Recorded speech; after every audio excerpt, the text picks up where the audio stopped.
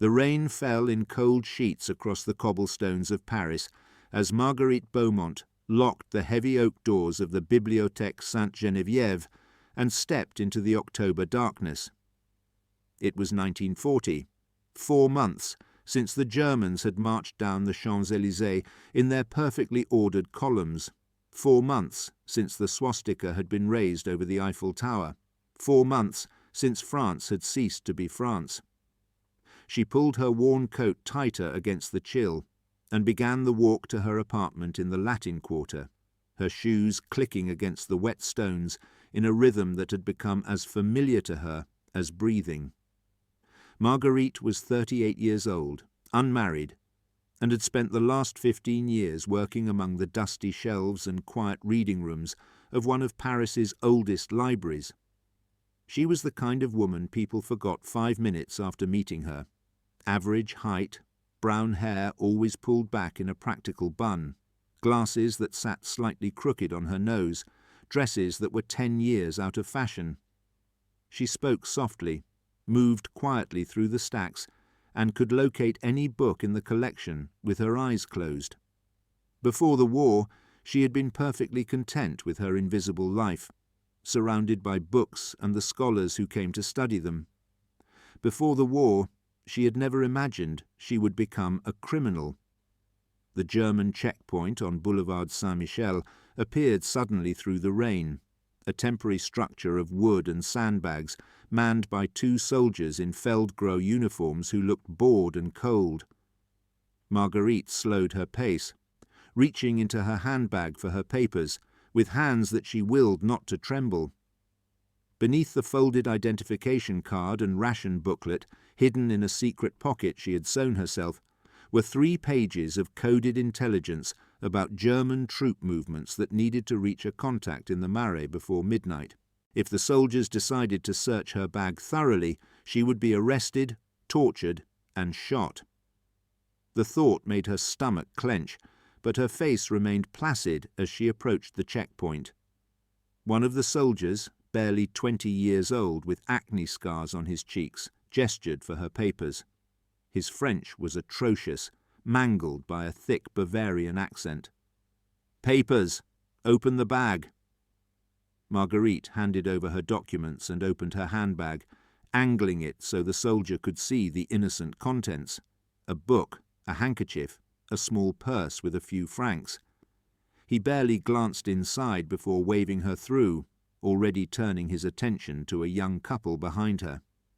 She walked on, forcing herself not to hurry, not to show relief, her heart hammering so hard she was certain everyone on the street could hear it. 3 blocks later, in the doorway of a closed bookshop, she allowed herself to stop and breathe. Her hands were shaking now, adrenaline flooding through her system in waves.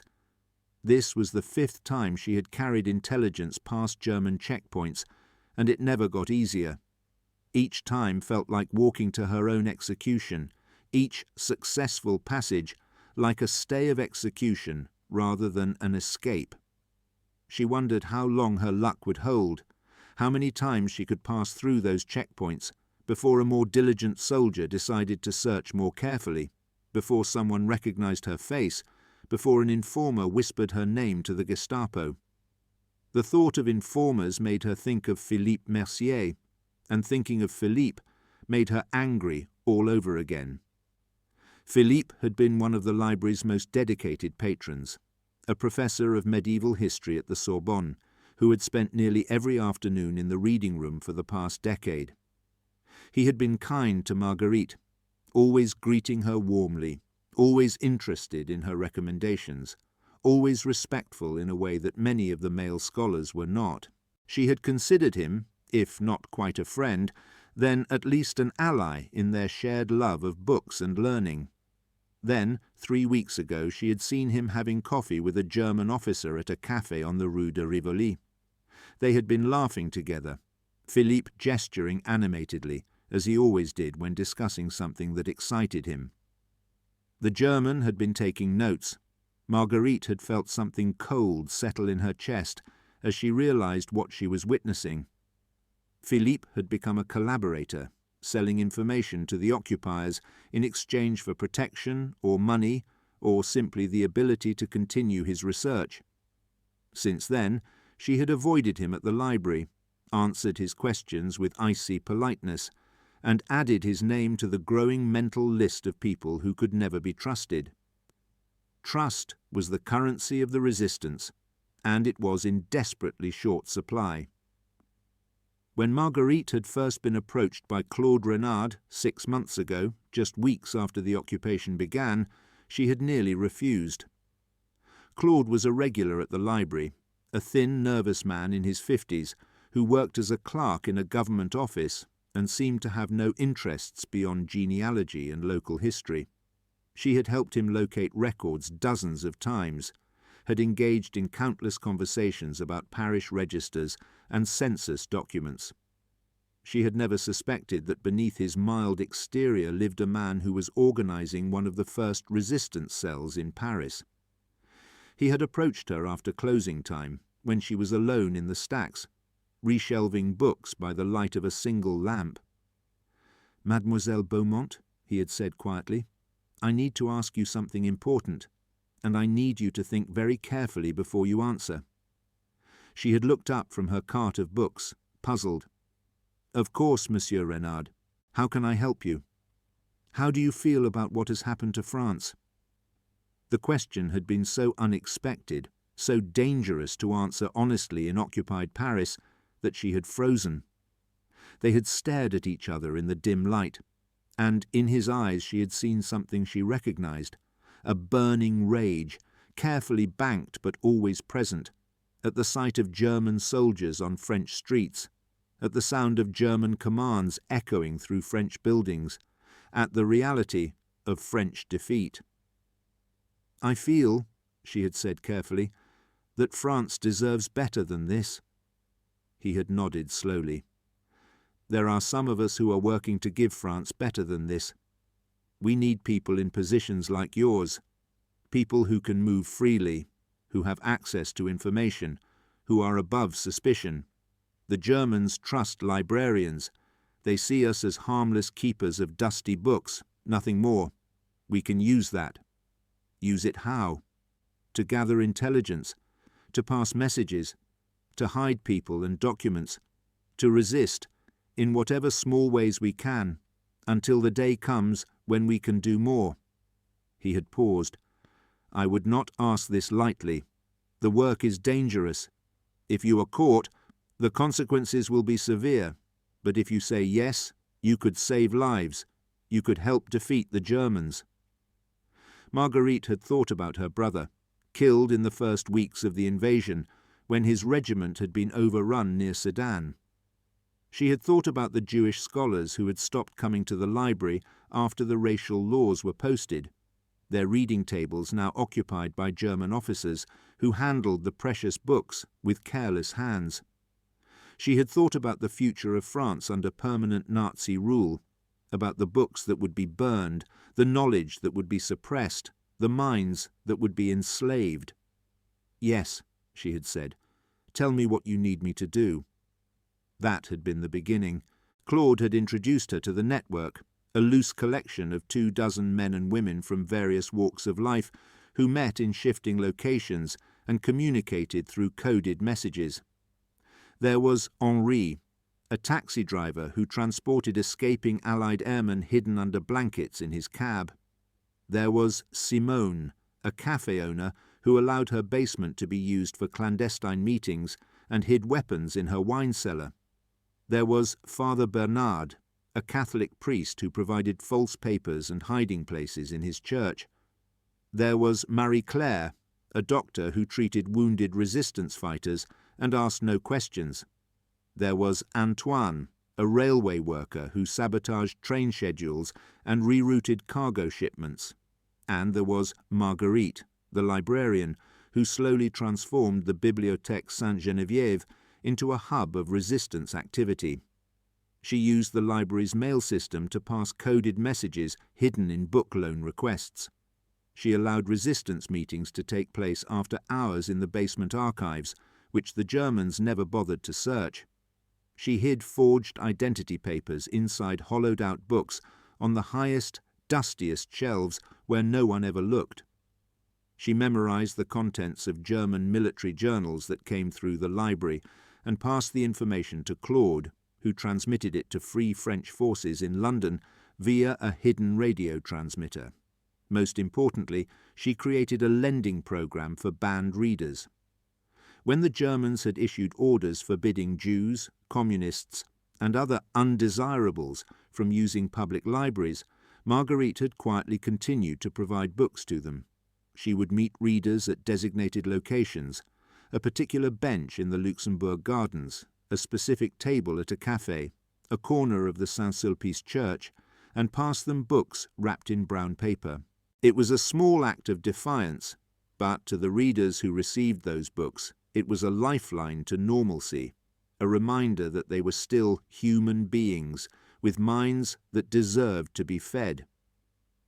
One of those readers was Sarah Goldstein, a 24-year-old mathematics student at the Sorbonne, whose studies had been interrupted by the racial laws. Sarah had been one of the library's most voracious patrons, consuming advanced mathematics texts with a hunger that Marguerite found beautiful to witness. When Sarah had been banned from the library, Marguerite had sought her out, had continued to provide her with the books she needed to continue her studies.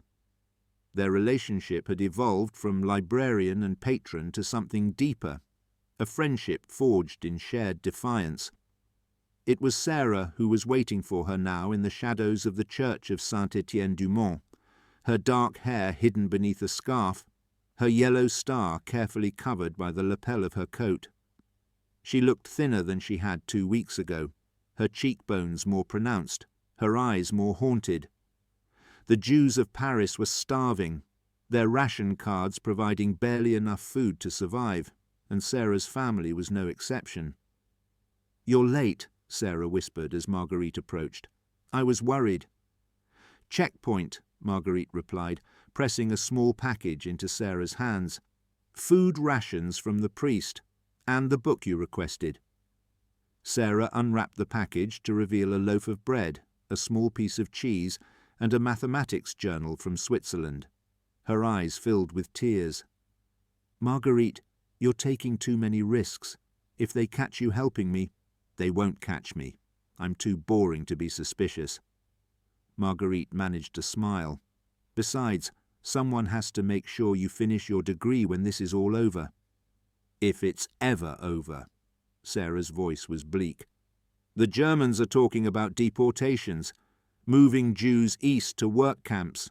My father says we should go into hiding, but where? How? We have no money, no connections outside Paris."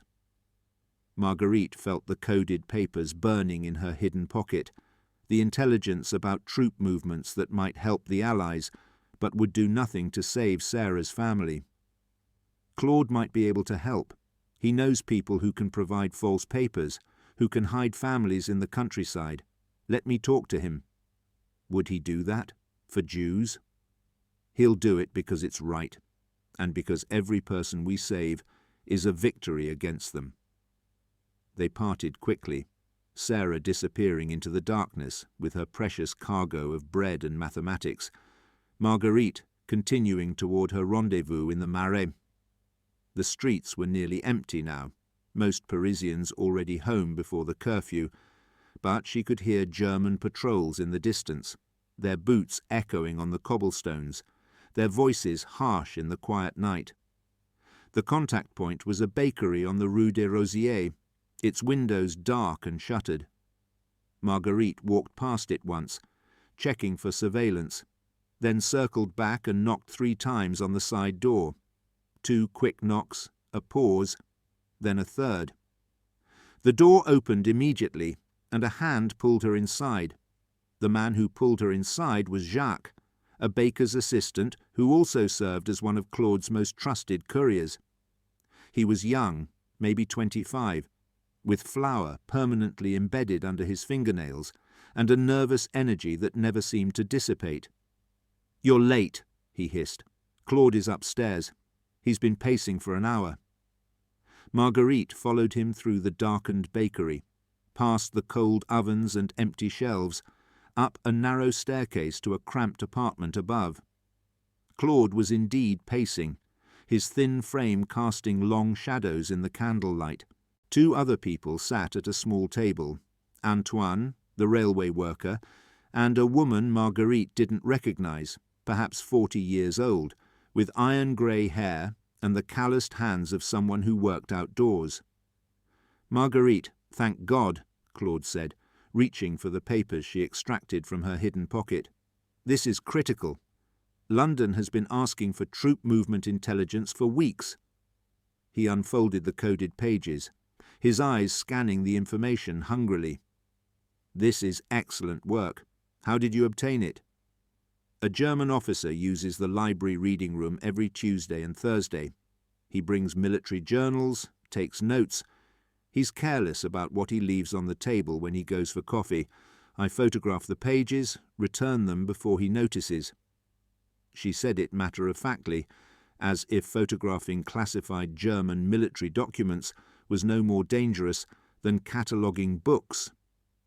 The woman at the table looked up with interest. "You're the librarian Claude told me about. I'm Isabel. I run an escape line getting downed Allied pilots to Spain. We need someone who can create convincing identity documents.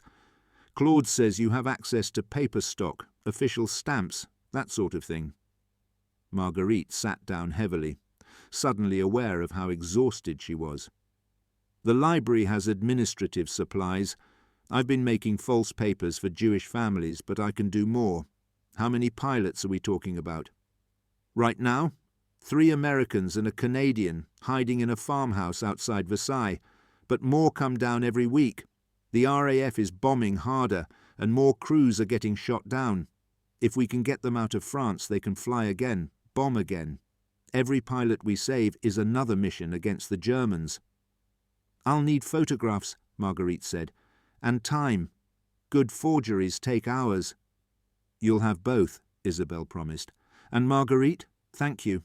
What you're doing, it matters." The meeting lasted another hour.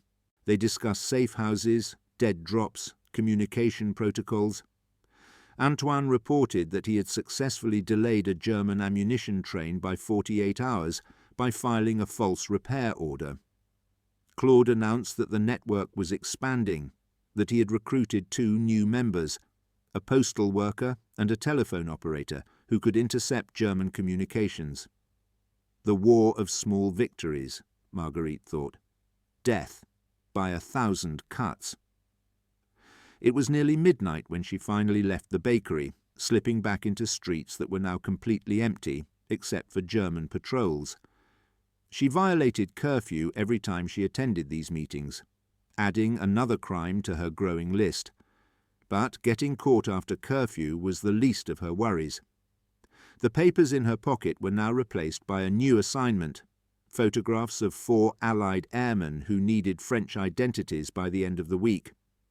The winter of 1940 gave way to the spring of 1941, and Marguerite's double life continued. By day, she was the quiet, unremarkable librarian, reshelving books and assisting scholars with research requests. By night, she was a key operative in Claude's resistance network, coordinating intelligence gathering, forging documents, hiding fugitives, and slowly, methodically, building a web of defiance that stretched across Paris. The work took its toll. She lost weight, her face growing gaunt from too many missed meals and too many sleepless nights. Her hands developed a permanent tremor from the constant fear of discovery. She started at sudden noises, avoided eye contact with German soldiers, and carefully memorized every exit from every building she entered. Paranoia became her constant companion, whispering warnings about informers and surveillance, about the Gestapo interrogators who waited in the basement of 84 Avenue Foch, about the firing squads at Mont Valérien that executed resistance fighters at dawn. But she also discovered reserves of courage she had never known she possessed. When the Gestapo raided the building next to hers, and she heard the screams of the people being arrested, she calmly destroyed all her forged documents and buried her coding materials in the courtyard garden. When Philippe, the collaborating professor, began asking pointed questions about her after-hours activities, she deflected with such skilled innocence that he eventually stopped asking. When a German officer demanded access to the library's restricted archive, she showed him everything except the hollowed-out books containing forged papers, her hands steady as she turned keys and opened locked cabinets. Sarah Goldstein disappeared in July 1941, along with her entire family. Marguerite went to their apartment and found it empty, the door hanging open, the furniture overturned. Neighbours said the police had come at dawn, had given the family 15 minutes to pack, had loaded them into trucks with dozens of other Jews. Marguerite stood in that ransacked apartment and felt something break inside her. She had promised to help, had promised to get them false papers and hiding places. But she had been too slow, too cautious, too late. She returned to the library and worked through the night, creating false identities for every remaining Jewish family she could contact. She emptied her savings to buy food on the black market, distributed it to those in hiding. She pressured Claude to expand the escape network, to move faster, to take greater risks. If she couldn't save Sarah, she would save someone else, and another after that, and another, until the war ended or until the Gestapo came for her, whichever happened first. The network's greatest success came in October 1941, when they smuggled out a French scientist who had been working on German radar systems.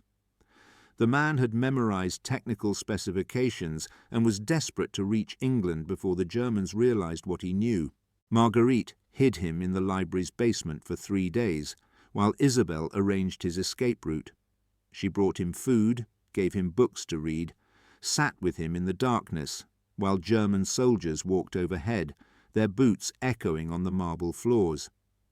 When he finally left, safely disguised as a travelling salesman, he kissed her hand and told her she was the bravest person he had ever met. Marguerite had laughed bitterly. Brave people didn't shake with fear every time they heard footsteps. Brave people didn't wake from nightmares about torture cells. Brave people weren't terrified every moment of every day. But they kept working anyway, and maybe that was what courage really meant. The betrayal came in February 1942, on a cold afternoon when sleet fell from grey skies and turned the streets into rivers of freezing mud. Marguerite was in the stacks, helping a German lieutenant locate a specific military history, when 2 men in leather coats entered the library and asked for her by name. Gestapo. She recognized them immediately from the way other patrons shrank back, from the aura of menace they carried like cologne. Her heart stopped. This was it. This was the moment she had known was coming since the day she agreed to join the resistance. She carefully placed the book she was holding back on the shelf, smoothed her skirt, and walked toward them with outward calm, while her mind raced through options. Run? Impossible. Fight? Suicide? Deny everything? They wouldn't be here unless they had evidence. Mademoiselle Beaumont? The taller one spoke in perfect French, his eyes cold and evaluating. You will come with us, please. We have questions about your activities. Of course, she heard herself say. May I collect my coat? They escorted her out of the library, 1 on each side, their hands gripping her arms just tightly enough to hurt.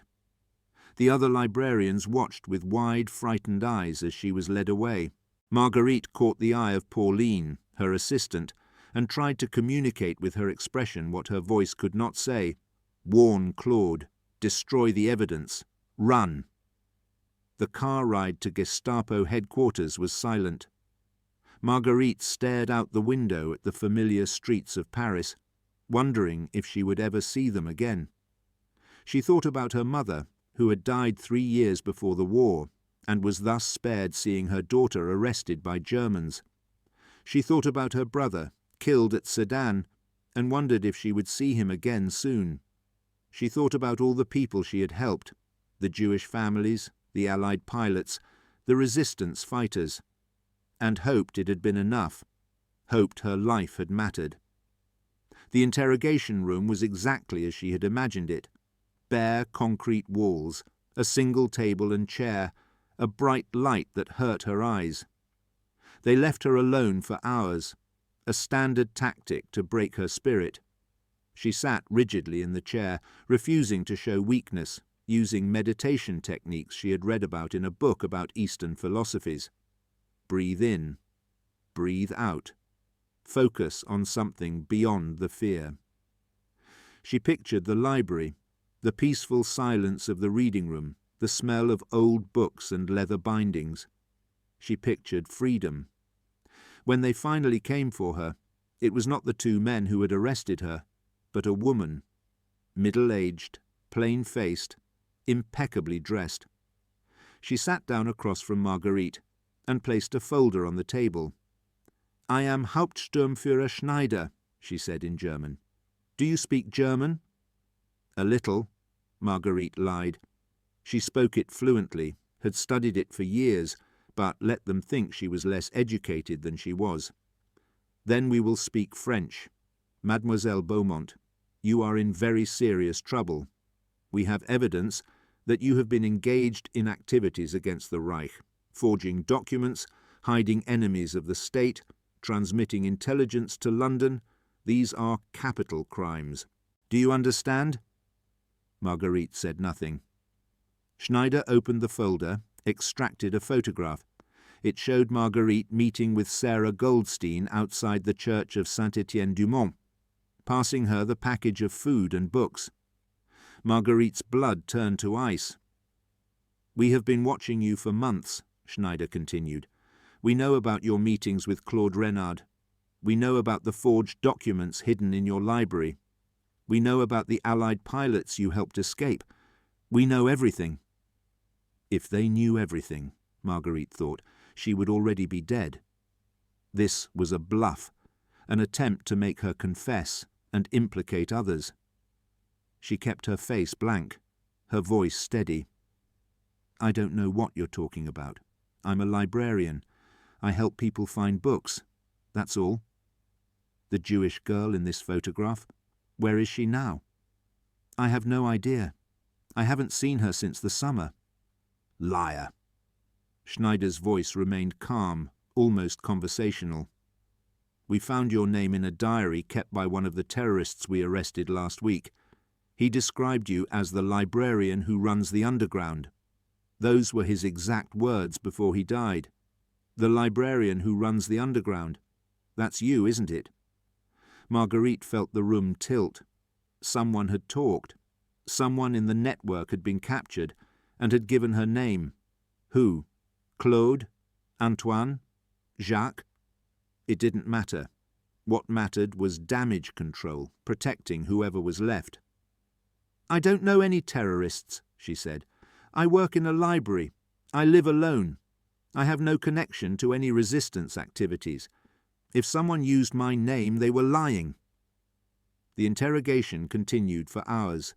Schneider asked the same questions in different ways, showed her more photographs, recited names and dates and locations.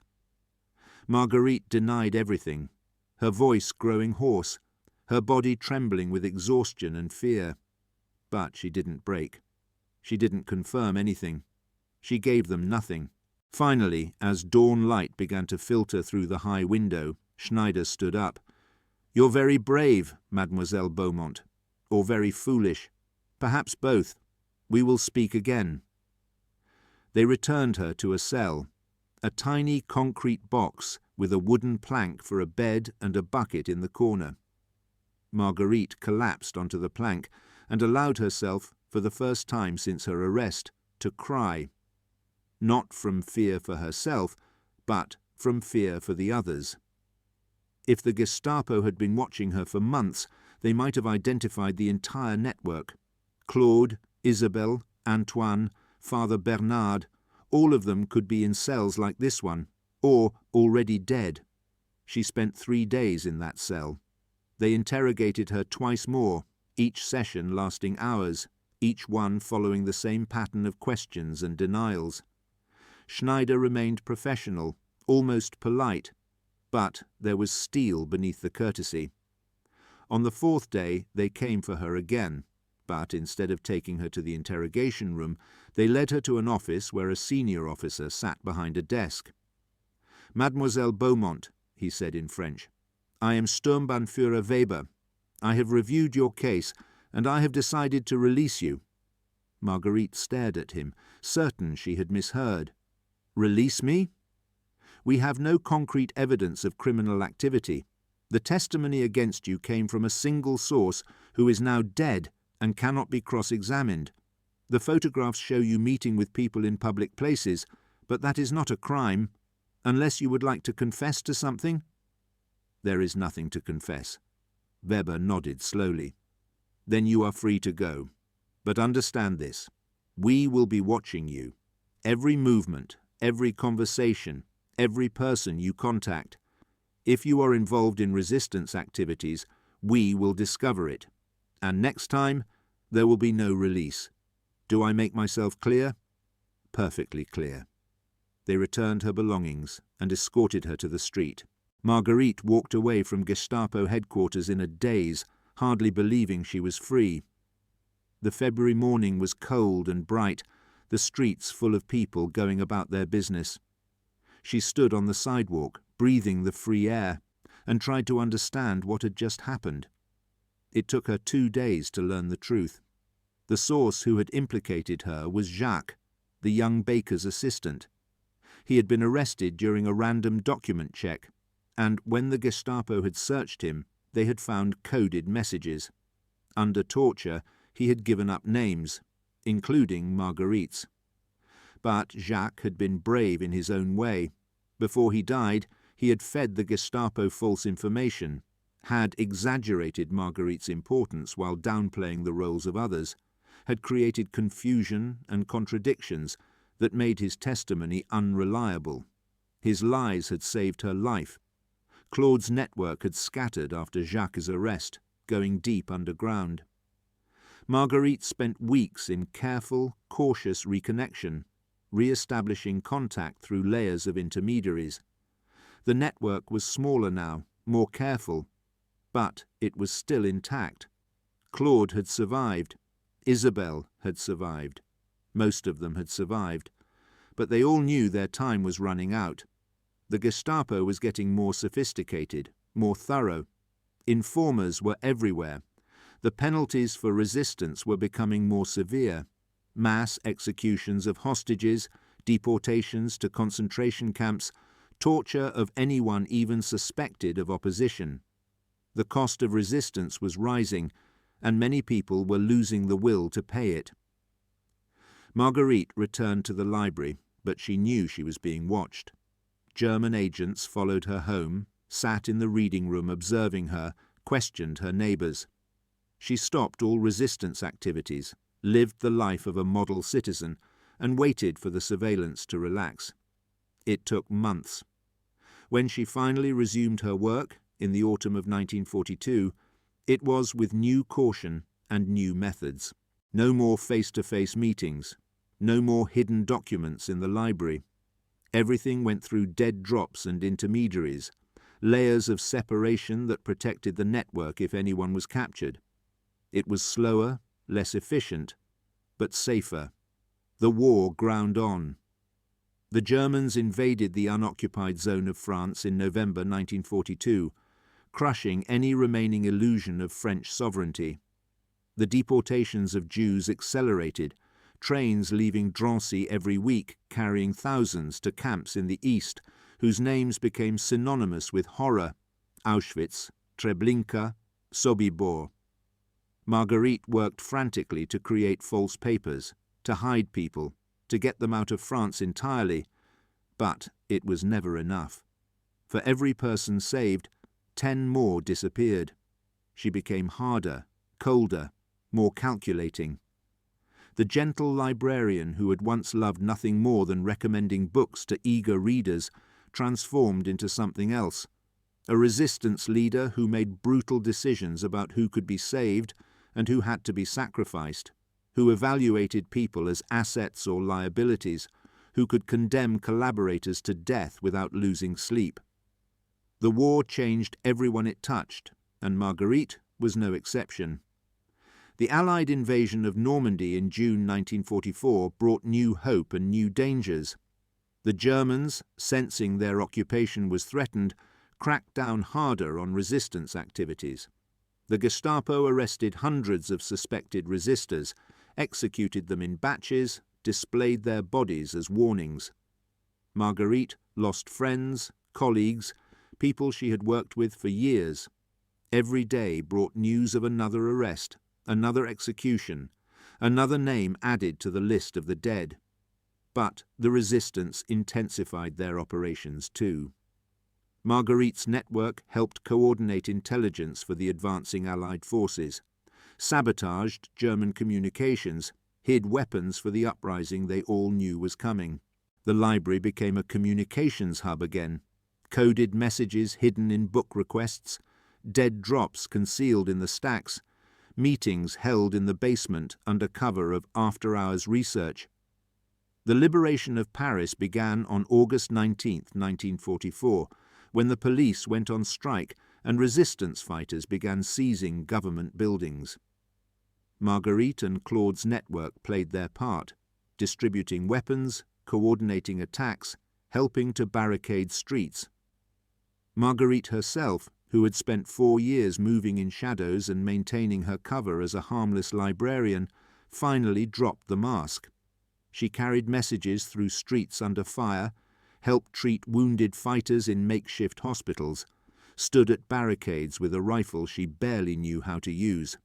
On August 25th, when General de Gaulle entered Paris and the Germans finally surrendered, Marguerite stood in a crowd on the Champs-Élysées and wept, not from joy, though joy was there, but from exhaustion and relief and overwhelming grief for everyone who hadn't lived to see this day. Sarah Goldstein, Jacques the baker, the hundreds of others whose names she knew, and the thousands whose names she didn't, who had died fighting or been murdered in camps or simply disappeared into the machinery of Nazi terror. In the chaos of liberation and its aftermath, Marguerite's role in the resistance became known. She was decorated by the French government, awarded the Médaille de la Résistance and the Croix de Guerre. Newspapers called her a hero, the librarian who had run an underground network right under German noses. De Gaulle himself shook her hand at a ceremony and called her an example of French courage.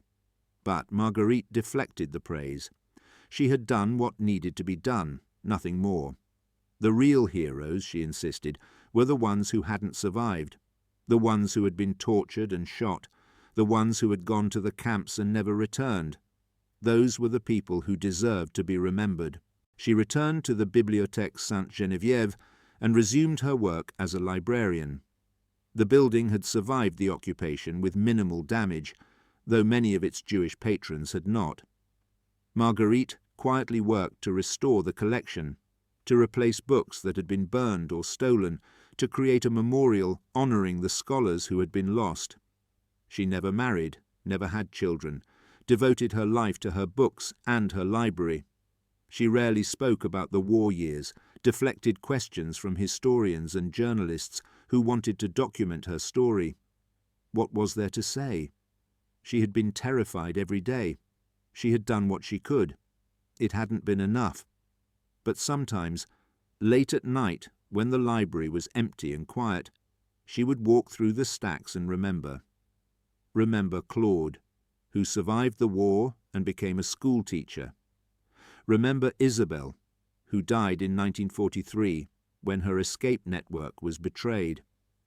Remember Father Bernard, who hid Jews in his church until the Gestapo arrested him and sent him to Dachau, where he died 3 weeks before liberation.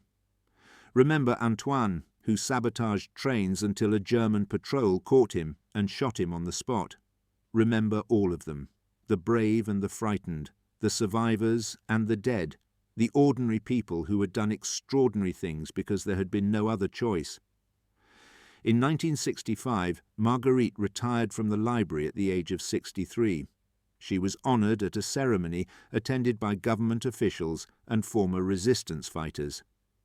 Claude was there, now an old man with white hair and trembling hands, but still with that burning intensity in his eyes. They embraced, two survivors who shared memories that couldn't be spoken aloud. "We did it," Claude whispered. "We won." "Some of us won," Marguerite corrected. "Others paid the price for our victory." She lived another 20 years in quiet retirement, reading books, tending a small garden, occasionally meeting with other resistance veterans to remember and mourn. When journalists asked for interviews, she usually refused, but once near the end of her life, she agreed to speak to a young historian who was documenting women's roles in the resistance. "What made you join?" the historian asked. "What made you risk everything?" Marguerite thought about that question for a long time before answering. "I don't think I had a choice," she finally said.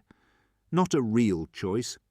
When you see injustice, when you see people being destroyed for who they are, when you see evil taking control, you either resist or you become complicit. Those are the only options. So I resisted. We all did, in our own ways. And if I had to do it again, knowing everything that happened, all the fear and the loss and the horror, I would make the same choice. Because some things are worth the risk. Freedom is worth the risk. Human dignity is worth the risk. The chance to look at yourself in the mirror and know you tried, that's worth the risk." Marguerite Beaumont died in 1985 at the age of 83, in her sleep, peacefully.